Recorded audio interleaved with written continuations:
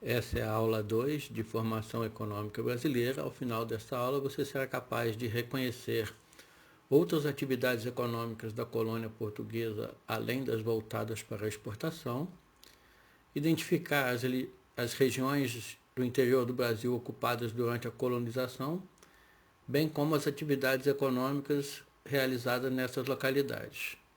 E, por fim, reconhecer a contribuição da economia mineira para a ocupação da terra e produção de riqueza no interior da colônia. A partir do século XVII, o interior da colônia foi ocupado pelos colonos que não exploravam a monocultura para exportação, mas sim atividades destinadas à própria subsistência ou ao mercado interno. Nesse contexto, a mineração foi importante para a ocupação do interior do país, além de ter sido uma atividade de grande relevância para gerar excedentes, que eram logicamente apropriados por Portugal. Segundo o historiador Robert Simonsen, os instrumentos econômicos que serviram como base para a expansão para o interior foram a busca por metais preciosos, o comércio de especiarias, a caça aos indígenas e a criação de gado. As fronteiras entre a América Portuguesa e a Espanhola foram modificadas devido ao movimento das bandeiras. Esse movimento tomou grande impulso dadas as dificuldades de obtenção de mão de obra africana. No início do século XVII, a Holanda investiu pesado no comércio de escravos, desorganizando o tráfico português. Além de terem encontrado metais preciosos, os bandeirantes conquistaram mais territórios para o país, como a atual região centro-oeste. Antes de darmos prosseguimento ao estudo desse importante período colonial da interiorização do Brasil colônia, é importante conhecermos essa figura que exerceu importante influência na administração política da colônia. O senhor Sebastião José de Carvalho Melo, o Marquês de Pombal, foi um célebre primeiro-ministro do rei português Dom José I. Foi o mais notável estadista do seu tempo, planejou e executou as obras de reconstrução de Lisboa após um terremoto que destruiu a cidade em 1755. Após esse evento, ele se consolidou como um poder de governante absoluto, em detrimento da nobreza e do clero. Um exemplo claro desse poder foi a submissão da então poderosa Ordem dos Jesuítas ao Estado português. O Marquês de Pombal fez importantes reformas no Estado, com destaque para o grande impulso concedido à instrução popular com a reforma do ensino em 1722. Na região sudeste, as condições de produção da cana-de-açúcar não eram favoráveis. O solo era menos fértil e isso diminuía muito a produtividade em relação ao açúcar nordestino. E os custos de transporte mais elevados por causa da maior distância entre os mercados até os mercados europeus. Os colonos logo perceberam, todavia, que existiam muitos índios nessa região, que poderia dar origem a uma outra atividade, a escravização do trabalhador indígena. Os jesuítas se fixaram no interior, porém estavam mais interessados em catequizar os índios. Durante a União Ibérica, era grande a preocupação dos espanhóis com a incursão holandesa pela região amazônica. O temor era colocar em risco as minas de prata do Peru, então colônia espanhola, já pelo Tratado de Tordesilhas. Além dos espanhóis, holandeses e ingleses se estabeleceram no norte do continente. A região desenvolveu o comércio com produtos extraídos da floresta e o pescado. O Vale do Amazonas foi alvo das ordens religiosas, em particular os jesuítas e as carmelitas. Desfeita a União Ibérica em 1640, Portugal tentou fazer de Belém do Pará a base para a reconstituição do comércio de especiarias, perdido pelos portugueses na Ásia. Mais tarde, durante o governo do Marquês de Pombal, foi constituída uma companhia de navegação para explorar as riquezas da região amazônica. O extrativismo seria assim estimulado e contribuiu fortemente para o avanço das fronteiras coloniais brasileiras. As especiarias, tais como cravo, canela, castanha, salsa-parrilha, assim como o cacau, a madeira e a pesca, sustentaram uma exploração econômica que tinha como base o trabalho indígena. Os jesuítas desempenharam um papel fundamental na ocupação de outras partes do território, particularmente na área de fronteira entre Brasil, Argentina e Paraguai. As regiões de difícil acesso, mas com forte presença indígena, eles estabeleceram as missões jesuíticas. Essas missões visavam a catequese das tribos indígenas. As missões eram núcleos de povoação indígena que visavam defender os índios do aprisionamento pelos colonizadores brancos. É bom lembrar que se tratava de um empreendimento comercial, porém seus métodos de cooptação não se baseavam na escravidão do nativo, como faziam os colonizadores, e sim na catequese. A presença dos jesuítas era maior em regiões de menor interesse dos colonos, o que, entretanto, não significou a inexistência de conflitos entre os religiosos e esses colonos, resultando na expulsão dos jesuítas pela coroa portuguesa em 1759, durante o governo do Marquês de Pombal. A ocupação das regiões Nordeste, Sudeste e Centro-Oeste ocorreu a partir do século XVII. O gado foi um instrumento principal dessa ocupação, principalmente por atender às necessidades das fazendas produtoras de monocultura, visando o mercado externo. Inicialmente, era utilizado somente como força motriz dos engenhos, instrumento de tração de carretas que transportavam a lenha ou açúcar nas fazendas de cana. No âmbito do consumo interno, a carne era destinada à alimentação e o couro à fabricação de celas, casacos, calçados, correias e cantis. A partir do início do século XVII, a criação de gado se tornou mais independente.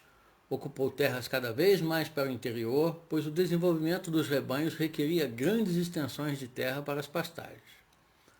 Por ser uma atividade móvel pela própria natureza, a pecuária contribuiu decisivamente para a ocupação do território. Como na economia canavieira, a pecuária também era explorada de forma extensiva, baseada na ocupação do território, mas, diferentemente da cana, a maioria da mão de obra na pecuária era constituída por trabalhadores livres, que, sem acesso às terras mais férteis do litoral, buscavam trabalho como vaqueiros ou condutores de rebanho. O conflito entre criadores de gado e os proprietários de engenho cresceu quando surgiu a economia mineira.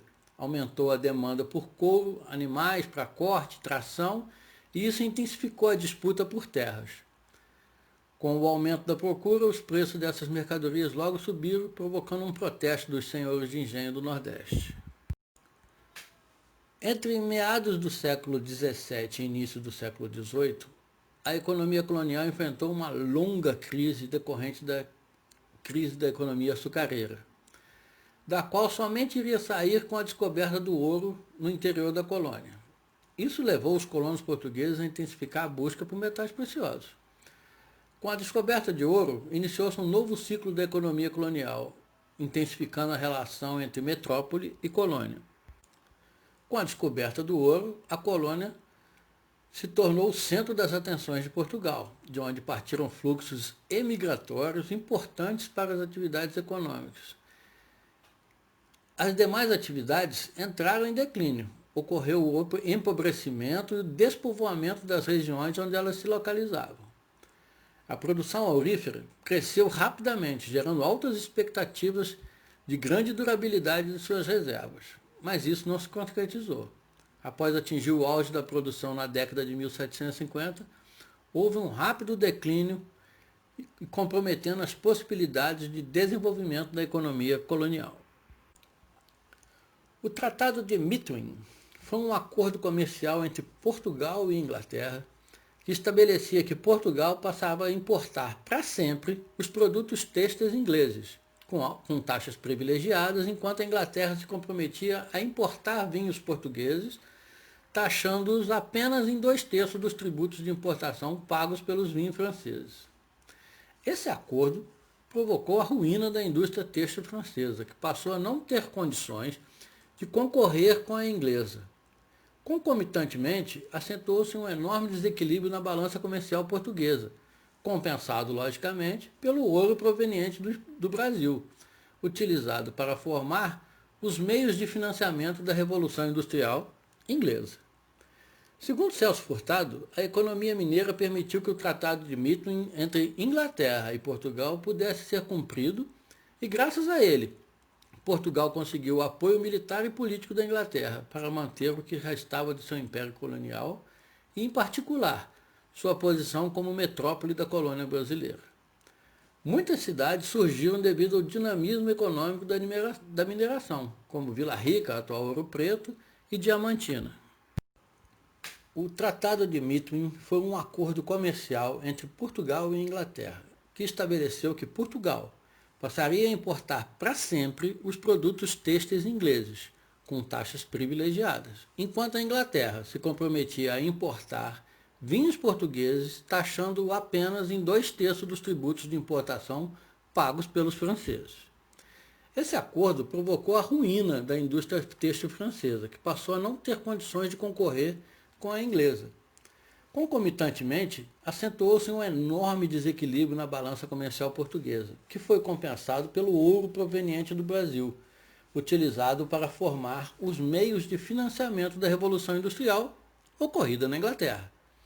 Segundo Celso Furtado, a economia mineira permitiu que o Tratado de Methuen entre Inglaterra e Portugal pudesse ser cumprido, e graças a ele, Portugal conseguiu um apoio militar e político da Inglaterra para se manter o que restava do seu império colonial, em particular sua posição como metrópole da colônia brasileira. A economia mineira, situada no interior do país, em regiões de difícil acesso, impuseram à metrópole a necessidade de controlar a produção e a exportação do metal, e isso levou à mudança da capital da colônia de Salvador para o Rio de Janeiro. A mineração foi, portanto, responsável pelo deslocamento do centro econômico colonial do Nordeste para o Centro-Sul. A circulação de renda na economia mineira diferia em muito daquela observada na economia açucareira. A economia mineira estimulou o surgimento de cidades para o abastecimento dessa população do interior, desenvolvendo melhores condições para as atividades comerciais internas. Isso trouxe uma grande mudança da organização social, que até então era baseada na atividade rural e passou a ter um caráter urbano.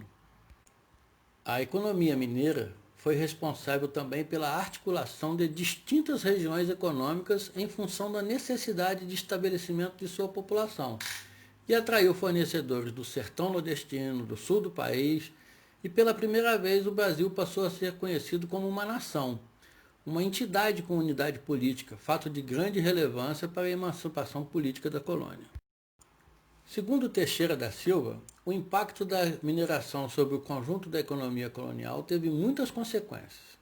Entre elas, destacamos o aumento da faixa da ocupação do território brasileiro e a integração das ilhas de povoamento do Nordeste e do Sudeste.